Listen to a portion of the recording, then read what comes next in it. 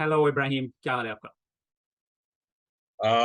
I am good अभी। आप सुनाएं कैसे हैं? यार, आपको पता है कि आज थ्रेड, फेसबुक मेटा, जो उनका कंपनी का नाम है मेटा, जिसके अंडर फेसबुक, इंस्टाग्राम और अब एक और उन्होंने नई ऐप लॉन्च की, उसका नाम उन्होंने रखा है थ्रेड्स। थ्रेड्स डॉट नेट के ऊपर आप उसको रीच कर सकते हैं। तो अभी उन्होंने डेस्कटॉप वर्जन प्रॉपरली निकाला नहीं है, सिर्फ आप जो है ना लिंक्स ही एक्सेस कर सकते हैं उधर। तो ये उन्होंने बेसिकली जो है ना ट्विटर के मुकाबले में इसको लॉन्च किया है। क्योंकि आई डोंट नो कि आप ट्विटर को कितना, इलॉन मस्क को कितना फॉलो करते हैं, बट रिसेंटली वो ब्लेंडर पे ब्लेंडर कर रहा है। ठीक है। तो आपको पता है इसके बारे में कुछ? अच्छा, ओके, मैं भी लिमिटेड जो है Twitter. I don't use Twitter at all because I try to avoid getting into arguments okay. On the internet. ये हम उर्दू में कर रहे हैं क्या? मैं दोबारा से उर्दू में बोल जी जी जी, उर्दू सकता में हूँ? ही करेंगे इसको, क्योंकि हमारे ऑडियंस उर्दू अच्छा, में सारे। तो मैं ट्विटर नहीं इस्तेमाल करता हूँ क्योंकि मुझे मैं कोशिश करता हूँ कि मैं uh, बहस ना कर किसी के साथ इंटरनेट हम्म। के ऊपर। तो जब इस कॉन्वर्सेशन के बारे में हमारी बात हुई अभी, तो मैंने दोबारा लॉगिन जब किया, तो आई थिंक 2009 से 2013 तक शायद मैंने थोड़ा बहुत ट्विटर इस्तेमाल किया है, कोई हम्म। 8-9 ट्वीट्स होंगी। हाँ, लेकिन इलॉन मस्क ने जब से टेक ओवर किया है, तो व्हाट आई नो इज के जो ब्लू टेक वाली बात है, एक हम्म। वेरिफिकेशन हम्म। का वो था कि अगर आप एक वेरीफाइड पब्लिक फिगर है तब आप वो अर्न करते थे। अब वो एक सब्सक्रिप्शन मॉडल के ऊपर आ चुका है, कोई भी खरीद सकता है। हम्म। और इसको बहुत से लोग कंट्रोवर्शियल कह रहे हैं। अच्छा, लेकिन अगर आपके 1 मिलियन से ज्यादा फॉलोअर्स हैं तो आपको ऑटोमेटिकली मिल जाता है। ये फिर इसने इवेंचुअली बाद में किया था। क्योंकि हुआ अच्छा। ये था कि जब इन्होंने वो जो ब्लू टिक्स था ना रिमूव करना स्टार्ट किए थे सेलिब्रिटीज के, तो सेलिब्रिटीज ने डिसाइड किया था कि हमने नहीं करना है भाई। उसके ऊपर बहुत फ्लैश बैक था जब इन्होंने जिस दिन, मेरे ख्याल में पिछले महीने की बात है, जब इन्होंने रिमूव किया था। तो उससे हम्म। अगले दिन फिर इन्होंने ये डिसीजन लिया कि जिसके 1 मिलियन से ज्यादा फॉलोअर्स होंगे ना, उनको अलाउड है ब्लू टिक। ठीक है। बाकियों के लिए आपको पैसे पे करने पड़ेंगे। फिर ये इवेंचुअली डिसाइड ये हुआ। राइट। तो अच्छा, जो अभी जो लेटेस्ट ब्लंडर है ना, जो कि पिछले एक हफ्ते के अंदर हुआ है, वो ये था कि ना इलॉन मस्क ने आउट ऑफ द ब्लू ऐलान किया कि ना जो इंडिविजुअल आईडीज है ना, वो 6,000 ट्वीट से ज्यादा ना देख नहीं सकेंगे पर डे। अनलेस कि आप वेरीफाइड यूजर हैं, फिर आप 12,000 ट्वीट्स देख सकेंगे। Like it's an it doesn't even make any sense. क्योंकि जो सोशल मीडिया प्लेटफॉर्म्स होते हैं, उनकी तो ये जिद्दोजहद होती है कि जी हमने ना ज्यादा से ज्यादा टाइम स्पेंड करवाना है अपने यूजर्स का इधर। राइट। राइट।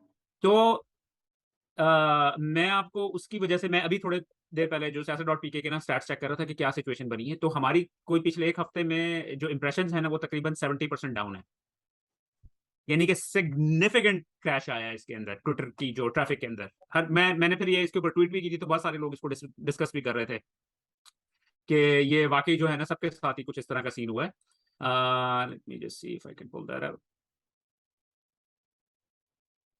ये देखें जी, ये हमारा जो है ना ये ग्राफ है।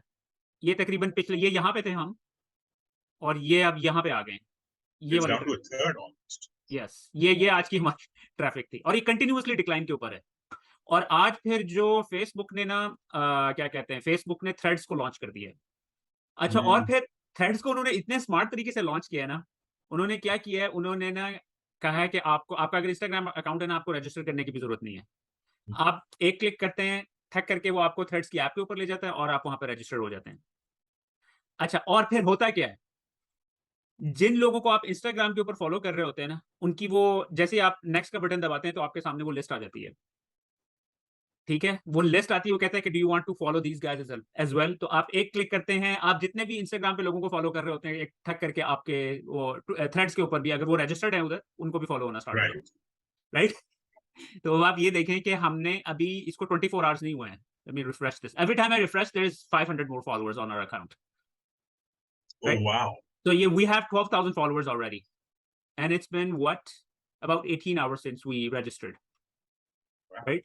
और So just apparent, like Musk is making it harder to use Twitter, um, yeah, Instagram, Facebook, Meta has made it super convenient to sign in, to log exactly, on. exactly.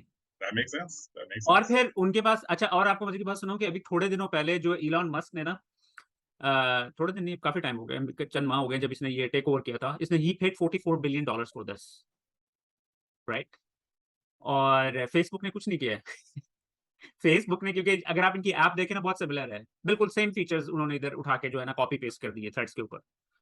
और Facebook ने कुछ नहीं किया, उन्होंने copy paste किया और उठा के ऐप लॉन्च किए।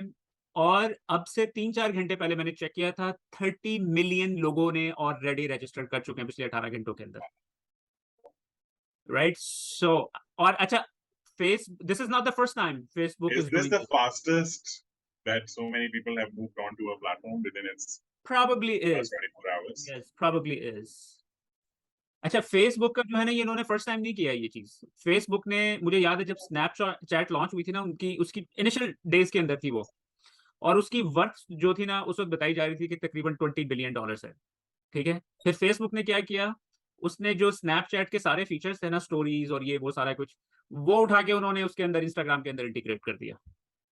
तो अब लोग जो इंस्टाग्राम यूज कर रहे थे, ऑब्वियसली वहां पे ठीक ठाक फॉलोअर्स थे उनके उस वक्त फेसबुक के, so they had no reason to go to Snapchat.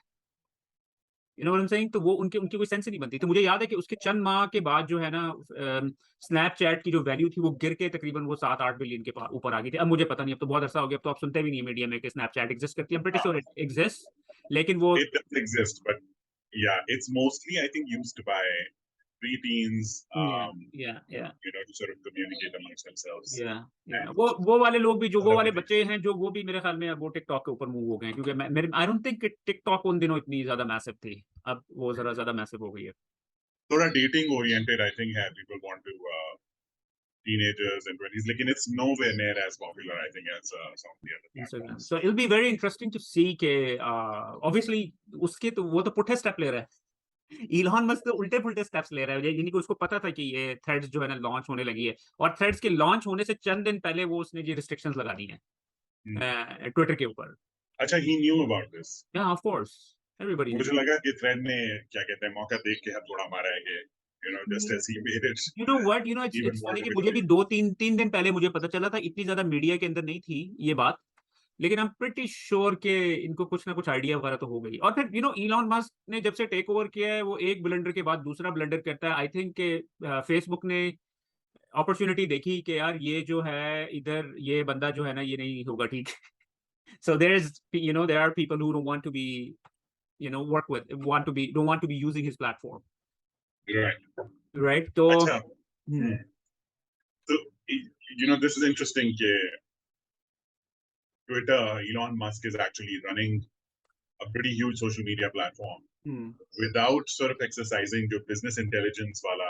I'm sure Meta, does um, a lot of studies, a lot of research about human behavior on social media, the end user, what they want.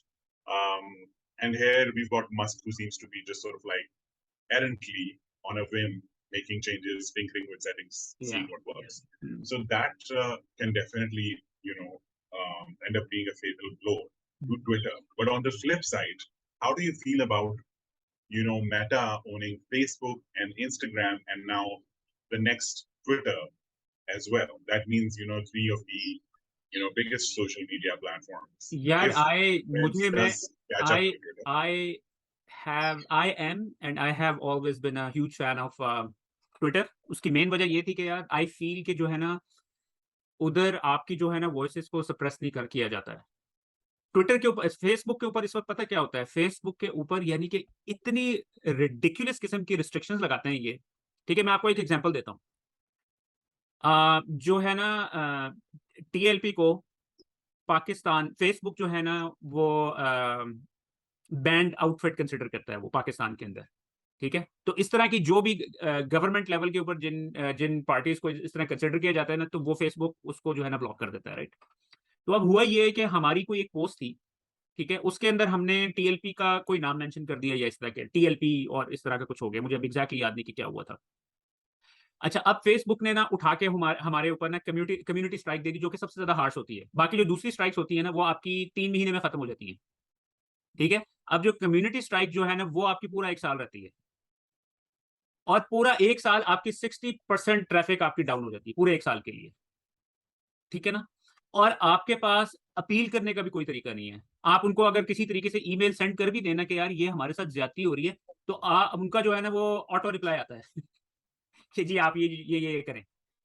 तो वो आए मुझे अब ये नहीं कि अब देखें जिस तरह की पाकिस्तान में हरकतें हो रही हैं, जो पाकिस्तान में सिचुएशन है इस वक्त, सिर्फ एक प्लेटफॉर्म है जिसका सहारा है पीटीआई को और पाकिस्तानी लोगों को, वो ट्विटर है। क्योंकि बाकी और किसी प्लेटफॉर्म पे आप इस तरह खुल के नहीं बात कर सकते हैं। ठीक है, वो किसी ना किसी तरीके से ना आपको टारगेट करते हैं। अब ये वो जो टीएलपी वाली पोस्ट थी ना, ये हमारी 8 महीने पहले की थी, राइट। और उसकी कोई सेंस नहीं बनती कि आप 8 महीने पहले की हुई एक पोस्ट के ऊपर आप किसी को स्ट्राइक भेज दें, इतनी हार्श किस्म की स्ट्राइक भेजें। या तो वहां पे कोई तरीका होना चाहिए ना कि या आप बताएं, एक वार्निंग भेजें कि यार आपने ये जो है ना ये बैंड आउटफिट का नाम यूज किया है, ठीक है, आप प्लीज मेक श्योर करें कि ये दोबारा ना हो। ये यानी कि डिसेंट तरीका यही है ना, और मेरे ख्याल में रीजनेबल तरीका भी यही है, फेयर फेयर तरीका यही है, right. Social media platforms usually जो हैं, चाहे वो एप्स ही, I give you the example of Foodpanda for example. Hmm. जब वो एक लेवल ऑफ सक्सेस तक पहुंच जाती है जहां उनकी मोनोपोली एस्टैब्लिश हो जाती है, तो फिर वो क्या करती हैं, वो अपनी सारी खिड़कियां दरवाजे बंद कर देती है। You know then you no longer when the app is still growing, there still potential, it doesn't have complete monopoly, then you will have you know troubleshooting के लिए आप हेल्प के लिए हेल्पलाइन होगी, चैट होगी, वो सारी चीजें होंगी। जैसे ही वो अपना मोनोपोली एस्टैब्लिश कर लेती है, फिर आपको आता है जी मैसेज, आप कोई प्रॉब्लम है आप ईमेल भेज दें, आप कंप्लेंट रजिस्टर करा दें, रियल टाइम वो खत्म हो जाता है।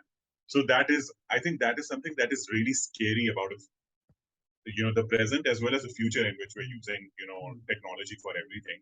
कि जब वो एक मोनोपोली गैदर कर लेता है तो ऑल ऑफ अ सडन कि हम देखते हैं पॉलिटिक्स में, देखते हैं हम पॉपुलिज्म के साथ, इवन लोगों की सपोर्ट के साथ यूजुअली जो है लीडर्स ऊपर आते हैं, लेकिन वो पॉइंट के ऊपर जब जाते हैं, when they reach a certain point, then they don't necessarily make decisions on the basis of what people want.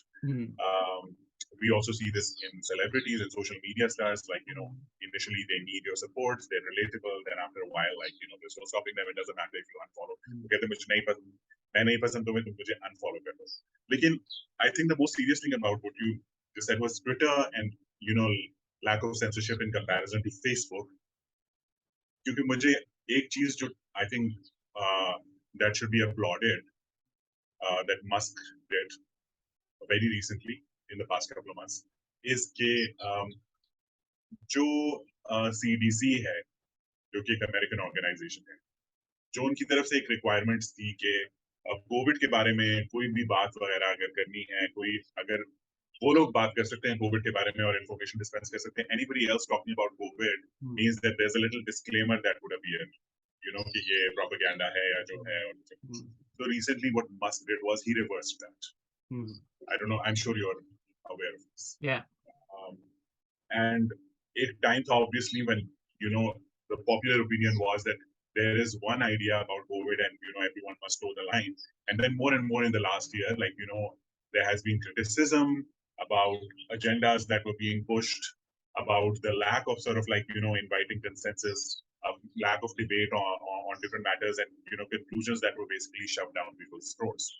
And what you're talking about Twitter being less, more sort of like, friendly towards letting everyone air their opinion, Musk has in the recent past also taken more steps in the favor of free speech. Exactly. So it's really like, it's actually unfortunate if he keeps making more and more steps that make the platform harder to use.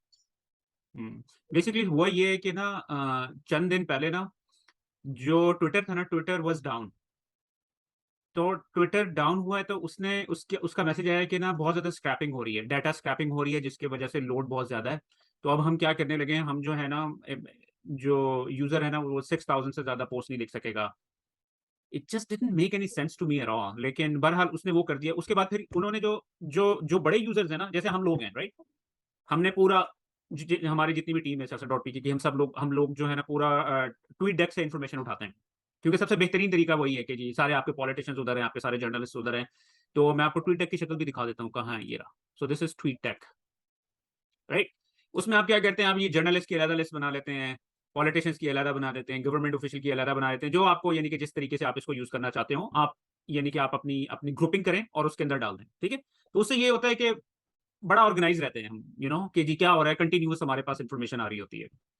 तो अब Elon Musk ने पता क्या किया है, उसने कहा है कि जी आप 3 घंटे से ज्यादा, उसने नहीं कहा है लेकिन हमें यूज करके पता चल रहा है कि वो इस वक्त जो है ना, इसके ऊपर भी डाटा जो है ना वो 3 घंटे से ज्यादा का नहीं दे रहा है। ठहरा हुआ है बेसिकली। हाँ, 3 घंटे से पीछे नहीं आप जा सकते, I'll show you। ठीक है जी। अब ये जो लास्ट पोस्ट लगी हुई है ना इधर, वो 4 घंटे पहले की लगी हुई है, उससे नीचे जाएंगे तो आपको कुछ भी नहीं दिखा रहा है। राइट, तो अब ये हमारे लिए तकरीबन यूजलेस हो गया ट्वीट डेक भी, क्योंकि अब हम हर वक्त तो नहीं बैठे होते हैं। यूजली ये होता है कि जब मैं यानी कि सुबह को उठता हूँ तो विद इन 12 आवर्स जो है ना, मैं टाइम टू टाइम चेक करता रहता हूँ, क्लियर करता रहता हूँ ट्वीट डेक के क्या आ रहा है, लड़कों को फॉरवर्ड कर दी उधर इधर से इन्फॉर्मेशन, ताकि फिर उसके ऊपर वो खबर बना लें, और इस तरह का सीन चलता रहता है। राइट, अब मेरे लिए तो ये कम्प्लीटली यूजलेस हो गया, और मेरे लिए बड़ा मुश्किल हो गया कि मैं यहाँ से जो है ना डाटा फैच करूँ properly. Acha, when you said data scrapping, I don't really understand that terminology. I assume that what that means is sort of like, taking data off of Twitter to put it exactly, else या somewhere क्योंकि else. ये data public में है ना, मौजूद है, तो मुझे भी एग्जैक्टली नहीं पता कि किन पर्पसेस के लिए डाटा स्क्रैप करते हैं लोग, में भी रिसर्च के लिए For करते हैं। whatever reasons, different, people, organizations could be archiving, hmm, downloading and archiving basically. But tell me something. When they said that there was too much data scrapping going on and that was sort of like overloading the servers, does that mean that Twitter is still growing and that इनकी growth capacity breach हो रही absolutely. थी like they? नहीं, मैं आपको बता रहा हूँ, ट्विटर वाज डेफिनेटली ग्रोइंग, क्योंकि हमें नजर आ रही थी ये चीज जब से इलॉन मस्क आया था ना, people were using it more and more, और हमारे जो स्टैट्स हैं वो भी बता रहे हैं, यानी कि 90 मिलियन से 280 मिलियन के ऊपर चले गए थे हमारे जो इंप्रेशंस थे, मंथली इंप्रेशंस। राइट, तो वो सिग्निफिकेंट थे। तो अब वो So पिछले एक, instead of planning before, instead of sort of expanding, their sort of like service space, sort of equipping themselves to deal with that, and so I suppose that would have also meant putting in a little more investment I guess, क्या into आपने, expanding the यानी कि capacity. They this doesn't make any sense to me, because अभी उसने $44 billion की ये खरीदी है ये। $44 बिलियन ही स्पेंट अच्छा, on. I feel there's a bigger idea for me that I think इस चीज की सबसे इंटरेस्टिंग वो ये है कि एक ग्रोथ है, ग्रोथ पोटेंशियल नहीं है, एक्चुअल ग्रोथ है जिसको रोक दिया गया कि नहीं, इंस्टेड स्कूल करके कंट्रोल करके. That doesn't sound very American to be honest. That क्योंकि साउंड्स जो pretty stupid to me man. but the thing is कि जो अमेरिका आई थिंक एक बहुत बड़ा सिंबल है कैपिटलिज्म का, और कैपिटलिज्म में उसका एक थीम जो है वो ये है, जीडीपी जैसी टर्म्स जो है वो भी ये सिग्निफाई करती है that you got to grow. आपने ग्रो करना है, इतना ग्रो करना है, बेशक आप आपे से बाहर निकल जाएं, बाहर का हड़पना शुरू कर दें, but you need to keep growing for it to be, for things to be sustainable. That's the one constant, if you will.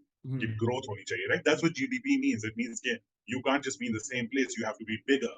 या और ये, but then when we see something like that, I think to me it ties into a lot of other things where I feel like America is slowly sort of moving from capitalism, which focuses on the idea that what the consumer wants, they get if they can pay for it.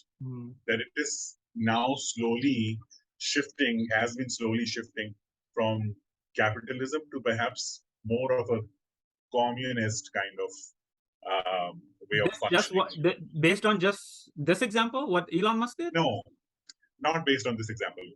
Based on the fact that you know you remember when toilet papers were running short and all of these Yeah, things were people were happening. going crazy. Yeah.